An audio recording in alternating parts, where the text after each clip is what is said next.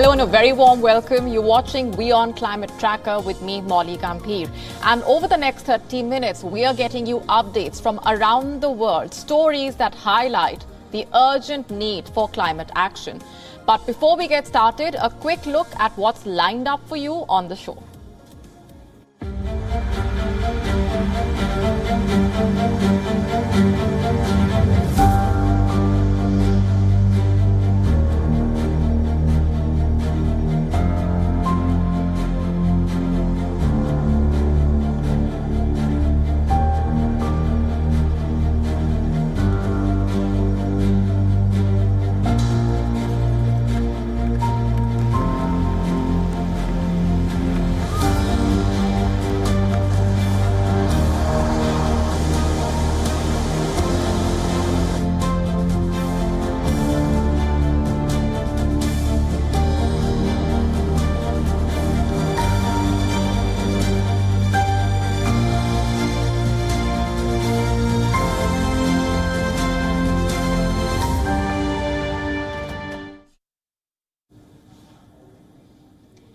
The previous week was crucial for the UK. At the beginning of the week, the country witnessed a new Prime Minister elected. But the difference this time around was they had to fly to Balmoral for the handover ceremony.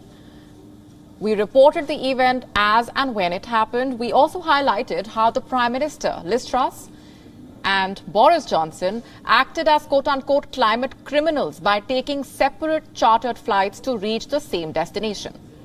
And now it seems the criticism reached the corridors of London.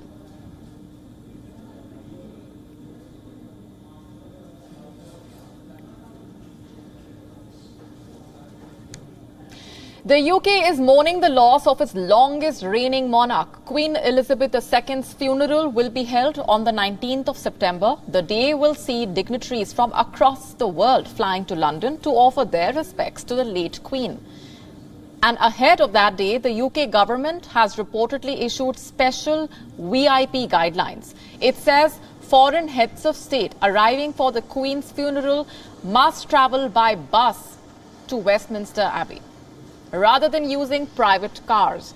According to reports, the heads of state have also been urged to take commercial flights rather than their private airplanes to avoid chaos at the London airport. The UK government has also ruled out the use of private helicopters flying leaders in due to an expectedly large volume of guests. The countries could also be asked to keep their delegations as small as possible. Simply put, funeral invitations are limited ideally to the head of state and their spouse, not with the family or staff. Note here that this is a state funeral. The planning, the invites, the execution all rests with number 10. That is the British government and not the royal family.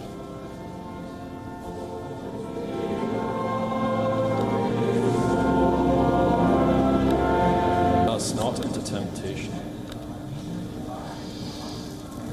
And our London correspondent Alex Issac with us from London. She's been tracking all those developments. Alex, the rules are strict and most probably they will be posing a problem for these leaders flying in, including the US President Joe Biden. Help us piece together the reactions that you have been gathering and the way things stand at the moment, how it's being perceived. Well, you're right there. It has been a bit of a logistical nightmare for government to try and figure out all of these heads of states that come in. What we're expecting is about 100 kings, queens and heads of states. As you rightly say, heads of states were only asked to bring their spouse rather than an entourage. Now, that leak earlier from the company Politico magazine suggested that all of the dignitaries will be taken from a secret location in West London and then brought by coach here to Westminster. However, the government has now said that that was not the case, and they've said to the Times newspaper that it would be impossible to try and ask all of the G7 leaders to get on a bus and to get here, and also for the security concerns that would follow. However, those strict rules will still be in place with regards to taking commercial flights and trying to use pool private jets where possible. They're saying that if dignitaries have to take private jets, then they're asking them to at least go to an airport that is quiet or, again, private, and then they won't be taking helicopters into the city themselves. It's obviously a huge security issue. We're having so many dignitaries coming to one place at one time, and this hasn't actually been seen since Winston Churchill's funeral, and that was back in 1965. So there's a lot to work on. But generally, the public are seen very excited as well as somber, because obviously this is a funeral and it's going to happen on Monday, but also the excitement of seeing a new king in place as well. And of course, we'll be seeing all of that come together as the week goes on. Indeed, and we will be coming back to you as and when we have further updates on that front. But stay with me, Alex. Let's also talk about the other aspect of what we have been tracking. Britons are grieving the loss of their monarch. All royal residences piled with hundreds and thousands of flowers in what might be called the biggest display of cut flowers this year. But many grievers are also leaving behind Paddington bears and plastic flowers to pay their respects. The non-recyclable tributes have raised a sustainability concern. The stuffed toys and plastic-covered flowers are polluting the environment, and to fight that challenge, the authorities have come up with a solution. They have urged the visitors to lay only organic or compostable material. They have also asked the people to remove plastic coverings from their bouquets and throw them in a bin nearby. Meanwhile, flowers left at Buckingham Palace are being moved to a floral tribute garden in the nearby Green Park at the end of each day. The Royal Park says from the 26th of September, the flowers will be taken to Hyde Park Nursery for composting in nearby Kensington Gardens. This undoubtedly does justice to honouring the royal who has for long advocated sustainability, even if it was within the royal code. And not just the Queen, but her late husband, Prince Philip, and even her eldest son and now King Charles have been known advocates of the fight against climate change. And going back across now to our correspondent Alex Issac, who is in London. King Charles has championed the climate cause, but now as he takes the throne, will the monarch be able to continue with his climate fight is the immediate question. Well, you're right there. Prince Charles, as when he was prince, was a real activist. Since his 20s, in fact, he started a lot of sustainable initiatives and got mocked quite heavily throughout his generation that they weren't interested in climate change. And since then, he's also been pushing for more to be done. He said at COP26 that it was one of the worst things to happen to humanity. Of course, that now he is king, and one of his first statements to the public was to talk about how he was going to be a monarch and to take what he said was the same stance as his mother, which would mean he would become more apolitical. Of course, that doesn't mean that all of those ideas that he's going through of sustainability and climate change are going to be just thrown out the window, but it is likely he'll be able to maybe work behind closed doors, which is obviously good news for Liz Truss, as she's now the Prime Minister. And she said in many of her hustings that she was a bit concerned about all of the environmental legislation that was being put in place. And there are rumours that some of her followers don't believe in the climate crisis that we're facing. Obviously, King Charles III will probably still be pushing for sustainability behind those closed doors because he has been doing it for nearly his whole life. But the mantle then now does fall to Prince William. He's been quite noticeable in his speeches about climate change. And of course, they've got the Earthshot Prize, where he's asking people to come forward and help try and solve climate change. That will be taken forward. And in fact, it was meant to be this month that he was going to go to America and push Earthshot Prize there. Whether or not that will happen, we're unsure at the moment. But one thing is clear, that the royals are still dedicated to making the best future for the UK and indeed the world. Alex Issac reporting from London. We are leaving it there for the moment. Thanks very much.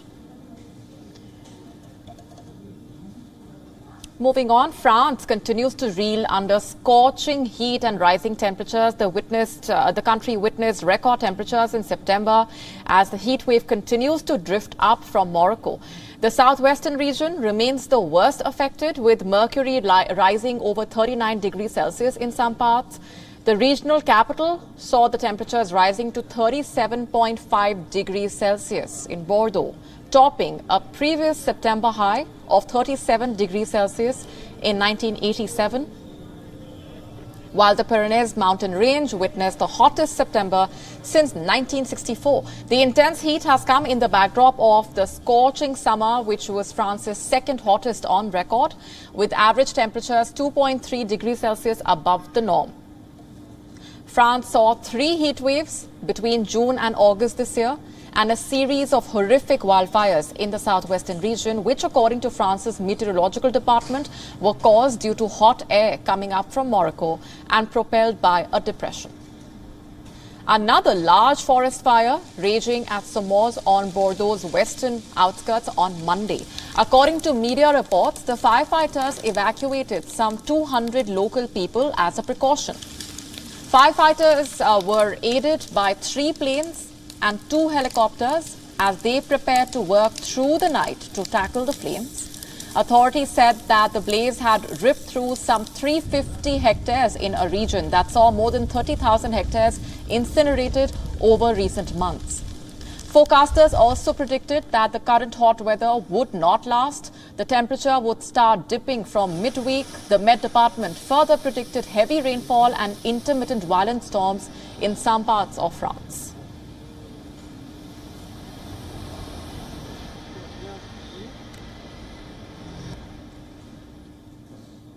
After a week of record-breaking temperatures and devastating heat waves, remnants of Tropical Storm K causing havoc in Southern California. Intense rainfall unleashed this destruction in the east of Los Angeles, further prompting mudslides and evacuation of thousands of residents. On Monday afternoon, flash flood warnings were issued as Southern California residents battled the effects of the Tropical Storm K. The storm brought with it heavy rain and floods, prompting road closures and evacuations.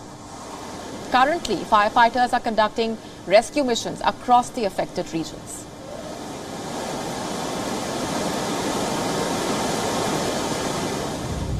Intense rain and mudslides in the San Bernardino mountain also prompted the authorities to put 2,000 homes in the communities of Oak Glen and Forest Falls under evacuation orders after nearly 5 centimeters of rainfall. The rainfall interrupted the flow of transportation as several debris and several boulders ended up causing road blockages. The mudslides coming at a time when California is witnessing a record-long heat wave. Temperatures in many parts of the state reaching past 38 degrees Celsius. The intense rain proved to be beneficial in one way. It aided the firefighters struggling to curb the Fairview fire that had been burning out of control and had destroyed at least 30 homes and killed at least 2. But while the crews were able to take advantage of the cooler temperatures, more than 5,800 structures remained under threat and some 11,000 residents were under evacuation orders.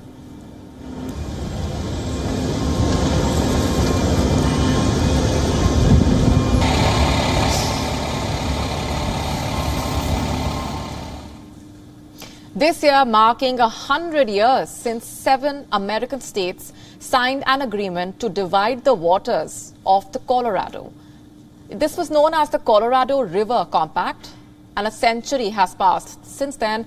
The region and the climate also dramatically changing. The intensifying crisis facing the Colorado River amounting to what is fundamentally a math problem. The challenges on the Colorado River are plainly evident today. We know that because the river hasn't run regularly to the sea in most years in the last half century. We know it because for the last 20 years, we've been watching these giant reservoirs that store Colorado River water decline bit by bit, year after year. During the past 2 decades, the situation on the Colorado River has become significantly more unbalanced, more dire. A drought which the scientists believe to be the driest 22-year stretch in the past 1,200 years has gripped southwestern US, constricting flows in the river. Until recently, water managers and politicians whose constituents rely on the river have avoided the most difficult questions: how to rebalance a system in which the demand far outpaces the supply. Instead, the water managers have drained the country's two largest reservoirs, Lake Mead and Lake Powell, faster than the nature refills them. In 2000, both reservoirs were about 95% full, but today both of them are each about 27% full.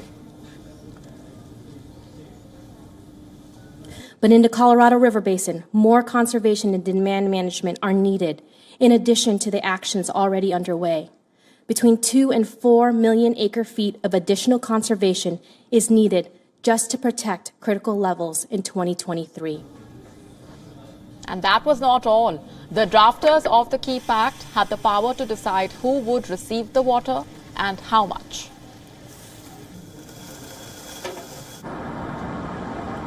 So the Colorado River Compact was negotiated and signed by the representatives of 7 states, 7 white men who represented colonial white settlers who had pretty recently arrived in this part of the country, and they divided the water amongst themselves and their constituents without recognizing water needs for Mexico, the water needs of Native American tribes who were living in their midst, and without recognizing the needs of the environment.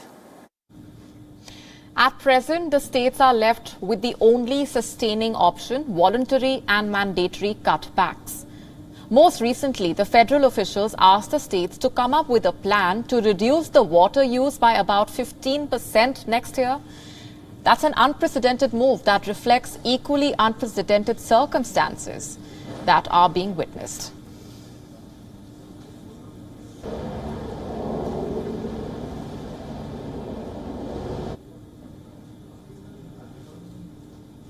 Indonesia and Norway plan to launch a new pact to tackle the issue of deforestation in a bid to curb the effects of carbon emissions.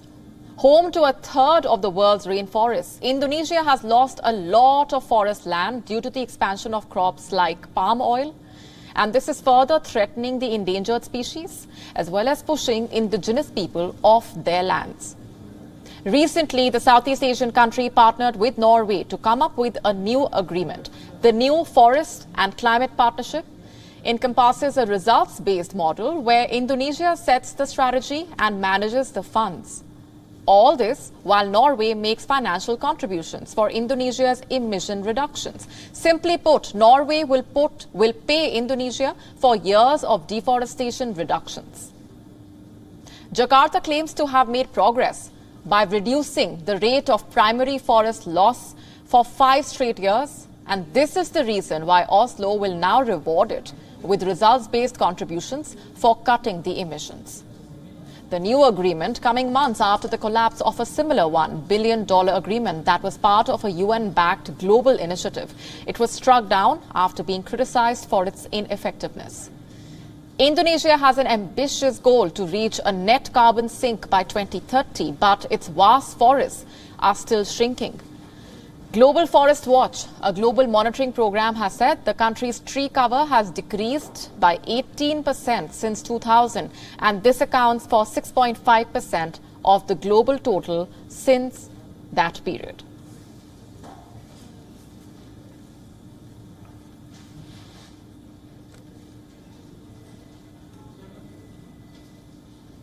West Asia bearing the brunt of what is being seen around the world as well. From heat waves to droughts, the region is at the forefront of climate change.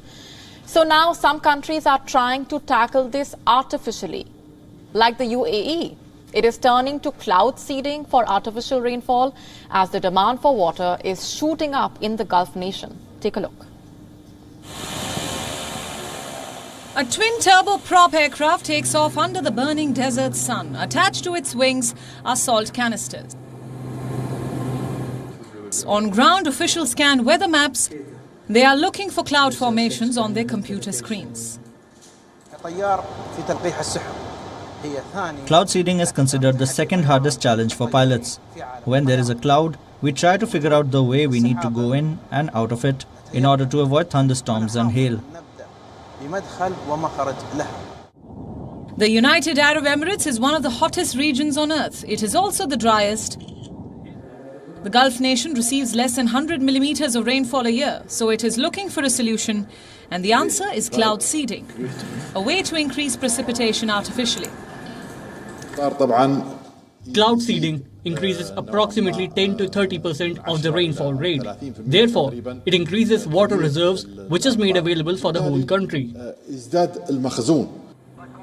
Officials say they believe cloud seeding can help. So how does it work?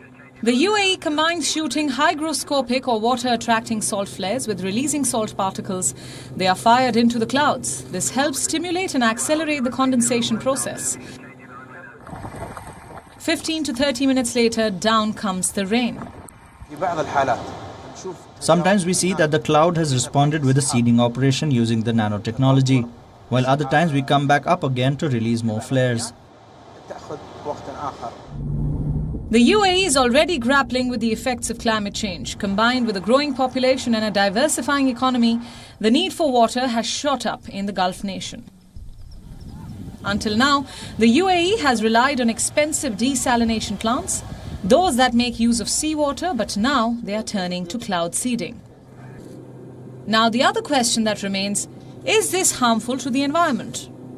In terms of the effect on the environment, cloud seeding nowadays, at least in the UAE, just uses salt flares, and that's what you get in table salt on your kitchen table. So there's no actual harm to the environment. Traditionally, chemicals such as silver iodide, which mimics the crystal structure of ice, have been used, but they're not used in the UAE today. In terms of carbon footprint, the planes that that fly up into the clouds are just small planes, and when compared to the billions of cars on the planet and the huge planes doing international air travel every day, it's just a drop in the ocean in terms of carbon footprint and carbon emissions. West Asia Bureau, WION World is One.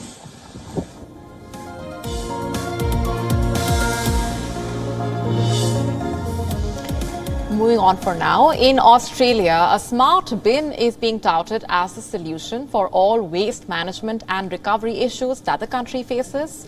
The AI-powered smart bin is equipped to segregate recyclables all by itself. However, experts claiming that a smart bin like this may also help increase waste recovery rates in the country and help produce better quality recycled materials. That in turn will add significantly to Australia's GDP. Our next report telling you more.